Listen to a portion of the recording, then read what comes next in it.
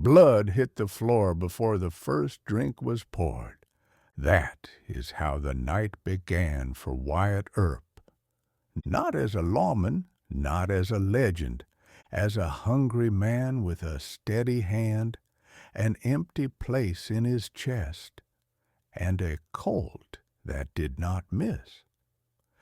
The saloon kept its secrets like a church that had forgotten God. Lamps hissed. Smoke climbed and clung to the rafters. Men laughed too loud, then looked over their shoulders to see who heard. Cards moved like whispers. Coins clicked like teeth. Somebody in the corner tuned a busted fiddle that would not hold a note. The piano man had a hat on indoors and a face that said he slept with one eye open. The floor was salted with sawdust, not to keep it clean, but so the blood would not run far. Wyatt Earp stepped through the swing doors as if the doors had been made for his shoulders. The smell of cheap perfume and gun oil met him like an old acquaintance.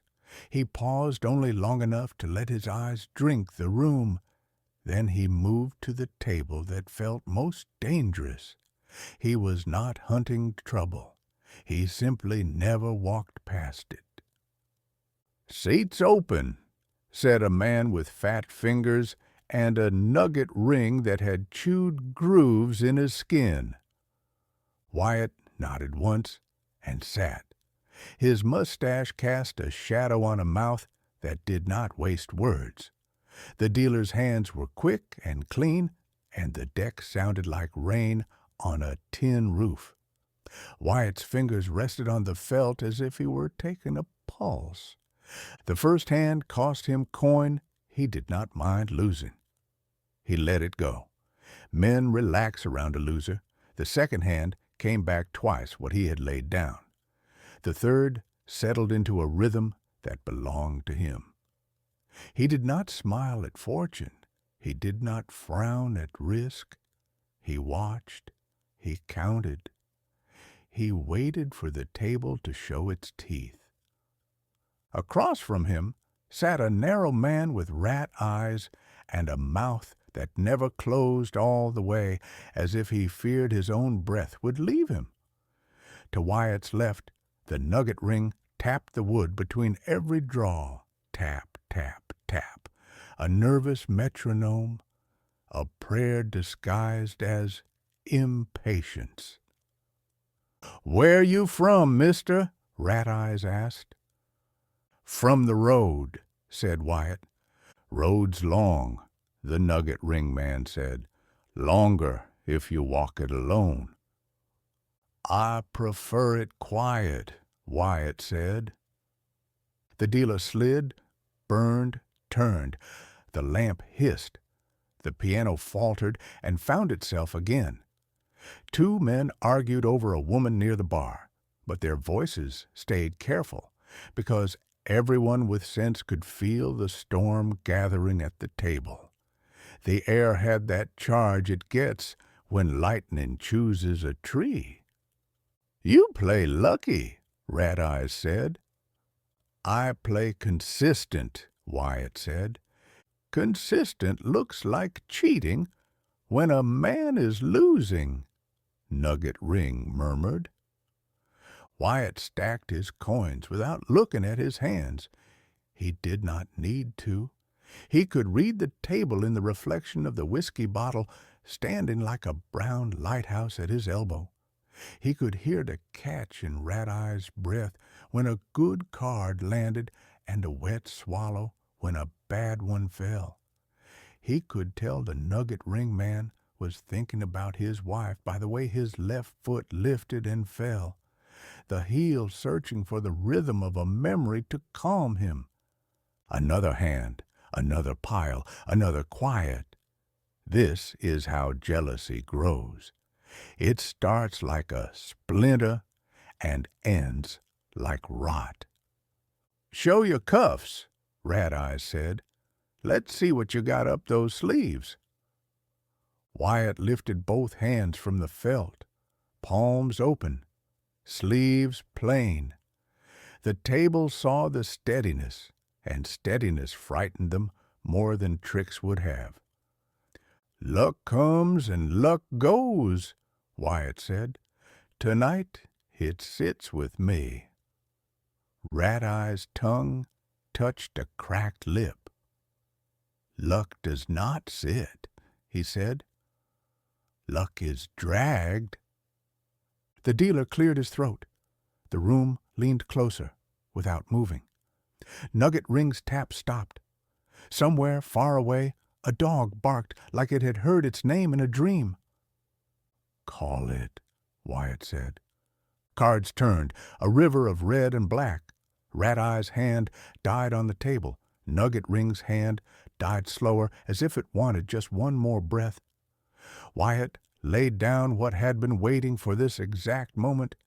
The table saw it all at once. The room felt the air leave two men at the same time.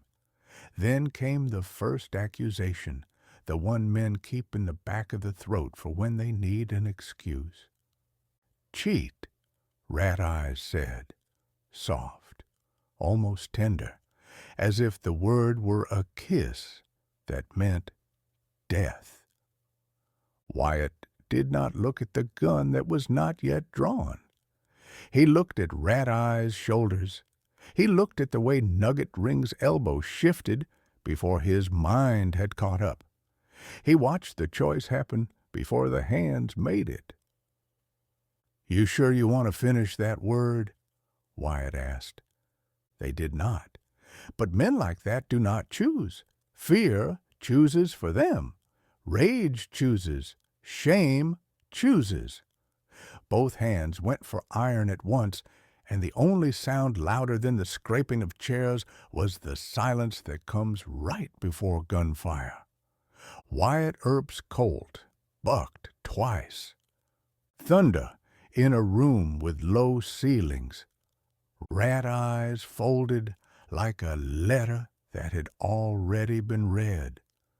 Nugget Ring dropped to his knees as if he had remembered prayer too late.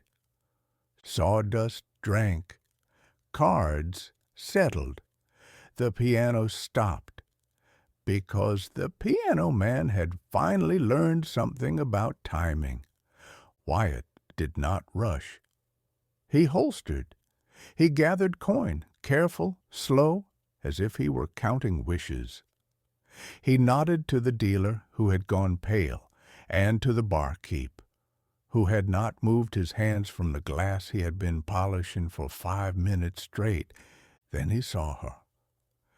She stood at the far end of the bar, where the lamplight made a gold river out of her hair. The dress she wore fit like it had been sewn for the night, and no other. Her eyes were blue when the light touched them, and almost black when shadow did. She had the look of a woman who had learned to be amused at danger, not shocked by it. She watched Wyatt Earp, and her mouth curved slow, like a secret being told by degrees. Wyatt ordered another whiskey and sent one her way. She did not glance at the glass. She kept her eyes on him, then lifted the drink as if to salute the executioner after the blade has fallen. "You drink like a man who is trying to forget," she said when he walked down the bar to her. "And you watch like a woman who remembers everything," Wyatt said. "What would I remember about you?" "That I do not spill my whiskey when men fall," he said. Her laugh was low and warm around the edges. "That is something," she said, "but it is not everything." "Everything is for later," Wyatt said. "Tonight I will settle for honest company." He took her to the floor when the piano man found his nerve. They moved close. She was not light in his hands. She had weight, the kind that means a person belongs to the world and does not float above it. She smelled like lavender trying to survive a saloon and nearly winning. When she laughed near his ear, it felt like a promise made in a church where every window had been shot out. "What do they call you?" she asked, eyes searching his face as if names could be found written on skin. "Wyatt Earp," he said. "Then tonight I will call you Wyatt Earp," she said. "Not Mister, not Sir, not Lawman, just the man who made the room hold its breath." They danced until the room forgot the blood or pretended to. Their shadows stitched themselves together on the wall, then pulled apart, then came back with a hunger that did not need language. When they stopped, it was not because the song had ended. It was because the night wanted them to move to another part of it. At the bar, they drank again. He asked no questions about her past, because a night has only so much room, and this one was already full. She asked him why he did not shake after, why his hands were steady when men were not. "Because they were already dead the moment they reached," he said. "And you were alive the moment you sat," she said. "That is the whole of it," he said. She tilted her head. "You do not brag," she said, "but you do not lie." "I do not like the taste of my own lies," Wyatt said. "And the truth?" "The truth changes when the sun rises," he said. "But tonight there is no sun." When the lamps were turned down one by one and the saloon began to yawn like an old dog, Wyatt laid coin on the bar without counting. He held out his hand, not like a question, not like a command, but like a road offered. She placed her fingers in his and let him lead her into the street, where the dust cooled and the stars stared like witnesses who had already given testimony. The hotel waited across from the black mouth of an alley. Its sign creaked on a rusted chain and made a sound like a hinge turning in a haunted house. The clerk saw Wyatt and forgot to blink. The key slid across the counter like a silver fish. They climbed stairs that complained on every step. The hall had the narrowness of a confession and the smell of lamp oil and old quilts. The door took the key like it had been starved for it. Inside, the room held a single bed, a washstand, a mirror that had seen too much and given nothing away. The lamp threw a small circle of light that made everything outside it feel like the edge of a grave. She set her gloves on the chair as if she were placing them in a box she would never open again. "You do not ask my name," she said, turning, the gold of her hair catching fire. "Names are for places where people return," Wyatt said. "Tonight I am only passing through. And me? You are the mile marker I will not forget," he said. She reached up and unpinned her hair. It fell like a curtain, and when it settled, the room felt smaller, as if her hair were a new set of walls. Wyatt stepped close. The first kiss did not ask permission. It was the kind that erases seconds and writes hours. The second kiss admitted what the first already knew. Their hands learned the map of shoulders, of spine, of hips. They moved as if trying to press the bruises of the day out of one another and finding better aches to replace them. They were not gentle. They were careful in the way wolves are careful with each other when the winter is almost over. The bed complained and then decided to get used to it. Outside, The bell in the little church that nobody loved tolled once for a reason it could not explain. Inside, the lamp hummed, the floor kept its secrets, and the night forgot to count. When breath returned to something a person could use, they lay tangled. Her head rested on his chest. His heartbeat kept time for what remained of the dark. She traced lines on his ribs as if she were reading a story written in scars.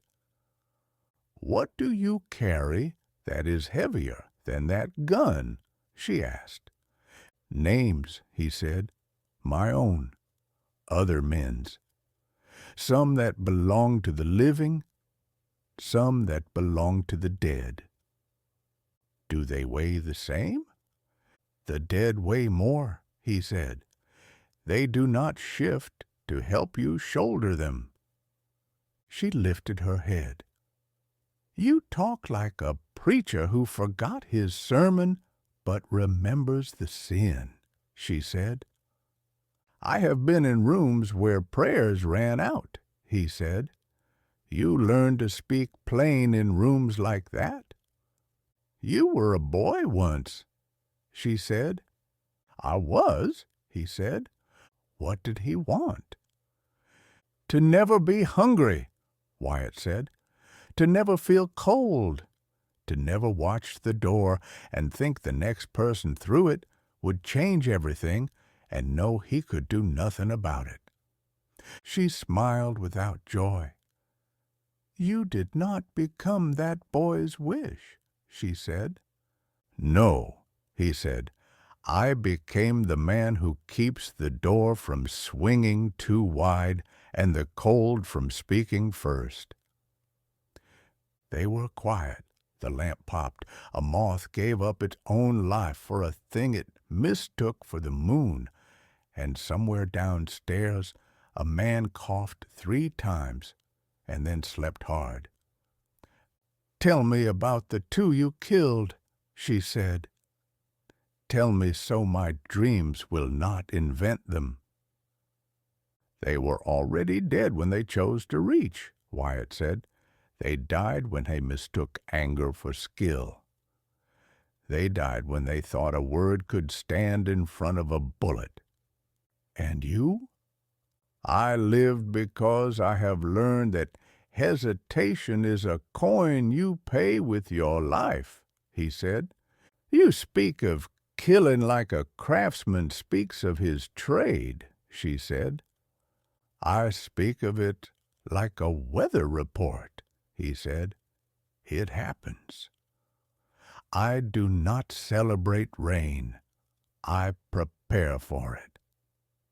She lay back down, and he counted the breaths between her questions, the way a man counts seconds between lightning and thunder to know how close the storm is.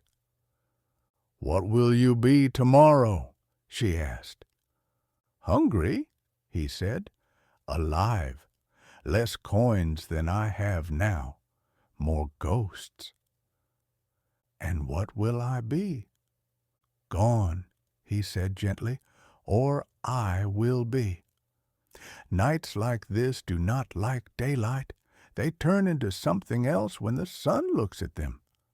She laughed, the sound thin and sweet. "You are kinder than I expected," she said. "I am not kind," he said. "I am exact." They slept and woke and slept again. They talked the way only strangers can talk, with the freedom of people who will never have to account for their words. She told him about a river she had crossed as a girl and how she had promised herself she would not return to its banks. He told her about a horse he had ridden too hard on a day the sky had threatened everything, and how the horse had forgiven him by living. They both laughed at nothing and everything. They both fell silent when silence said the most. At one point he rose and stood at the window, the curtain cool against his chest. The street below looked like a stage after the players had gone home. The two bodies back at the saloon had already been dragged to a back room where the floorboards were used to looking away. The moon had moved. The stars had not, or so it seemed to men. He spoke without turning. "I do not know your name." "I do not want it," he said. "If I carry it, I will look for you, and if I look for you, I will find you, and if I find you, I will bring the night with me. You deserve mornings." She propped herself on an elbow. "Then call me the morning you will not keep," she said. "Call me light you do not trust." "I will call you the blonde who looked straight at me in a room full of men who would not," he said. "That will do," she said. He came back to the bed. The room took them again. Later, he told her a story with no beginning about a boy and a fence and a sky that would not end. She told him a story with no ending about a woman and a town that was shaped like a lie. Neither story needed fixing. They were perfect broken. Toward dawn, the night thinned. The lamp gave up first. The window leaned gray. The street made the quiet a different shape. She slept with her hand open, fingers curled like a question that had found its answer.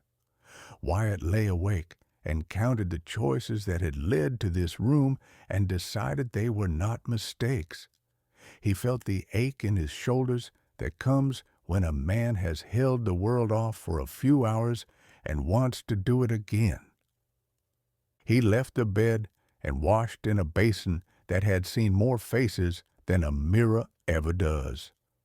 He did not hurry. He had dried his hands on a towel that had belonged to other men and meant nothing to any of them. He dressed with the same care he used to load a revolver.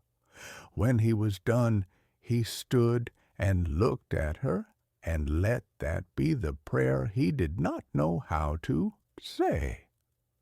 She woke when he reached for his hat. Her eyes were soft with sleep and sharp with knowing. "Are you leaving me with the ghosts?" she asked. "I am leaving you with your own morning," he said. "Mine belongs to the road." "Will you think of me?" "I will remember the way you did not flinch," he said. "I will remember the weight of your head on my chest. I will remember that for one night I was just a man, and not the shape other men made around my name." She sat up, hair falling in a gold river again. "Then go," she said, "but do not pretend you are not already gone." "I do not pretend," he said. He put coin on the stand under the lamp that had died. More than the room cost. Enough to make the clerk call him a gentleman to somebody who would not believe it. He opened the door. The hall smelled like cool wood and old secrets. On the stairs, he met no one. At the desk, the clerk kept his head down and studied a ledger that had nothing to say. Back in the street, the town looked washed and guilty. The swing doors of the saloon moved in a breeze that carried the leftovers of cheap perfume and the iron edge of old blood. Somewhere a rooster tried to convince the world that life would be simple if it only listened to him. Wyatt Earp walked the way a man walks when he knows the day will ask for receipts he cannot show. He stopped in the doorway of the saloon. The room had been rearranged, which is to say the tables were back where they had been and the stains were under new sawdust. The piano man played something soft, like a lie told kindly. Wyatt ordered coffee that tasted like discipline and watched the mirror behind the bar instead of the door. The dealer from the night before nodded to him with respect that had not been paid for with friendliness. Respect is more expensive. "Sheriff will want a word," the barkeep said, polishing a glass that did not need it. "He can have it," Wyatt said. "I do not run from men who take their time to arrive." "You might not like what he says," the barkeep said. "I do not need to like it," Wyatt said. "I only need to hear it." The sheriff came in looking as tired as a marriage. He tipped his hat to the room because the room demanded it. He stood beside Wyatt and stared at the mirror the way men do when they cannot decide if they are about to fight. He spoke low enough to be polite and loud enough to be heard. "Two dead," the sheriff said. "3 witnesses say you drew after they did. 2 say they did not see. 1 says he saw nothing at all, but wants trouble." "Let the first 3 speak first," Wyatt said. "Leave the others to their chores." "You are not the law here," the sheriff said. "I am not claiming to be," Wyatt said. "I am a man who wants his coffee before the day runs out."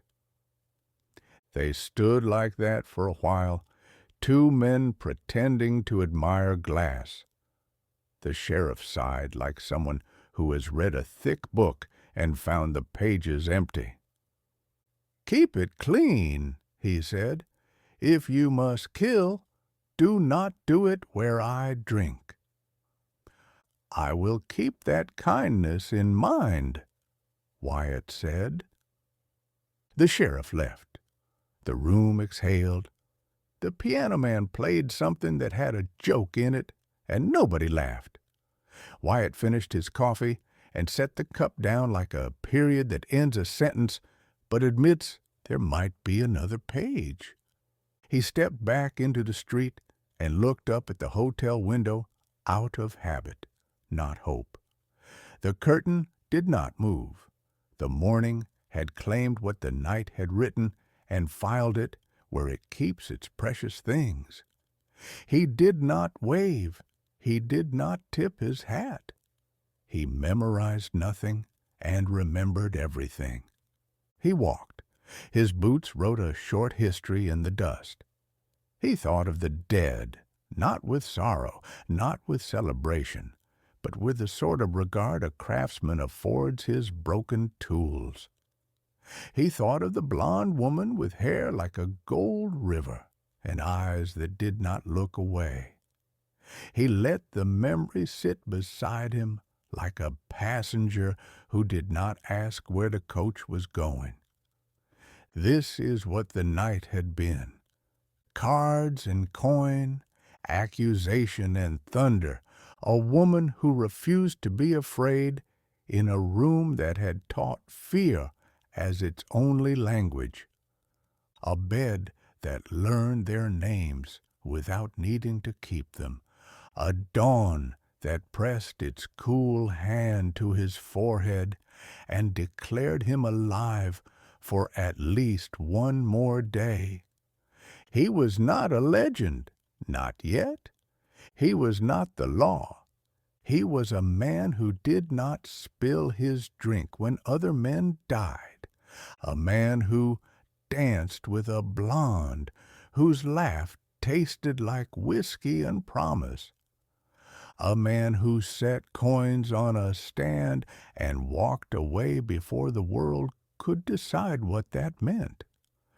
Wyatt Earp moved on, and the town would tell the story wrong. They always do. Some would say he cheated. Some would say he saved them all by killing faster. Some would say the blonde ran away with him, though she did not. Some would say he wept, though he did not. The truth is simpler and therefore harder to sell. Blood hit the floor before the first drink was poured. Wyatt Earp sat down and did what the night asked of him. He met a woman who did not blink. He shared a bed that did not promise anything it could not give. And at dawn he put on his hat, paid what he owed, and left with his hunger intact. By noon the dust had eaten his tracks. By evening the story had grown teeth. By winter it would wear a badge it had not earned. But the night itself would remember. The night remembers everyone. The night loves men who do not flinch. The night keeps their footsteps, measures their breath, and holds their heat a little longer. If there is a legend, it does not begin with a badge. It begins with a table, a gun, a glass, and a woman who would not look away. It begins with a man before he is marble, before he is myth. It begins with Wyatt Earp standing in a doorway where the light does not quite reach, deciding what to do with his hands.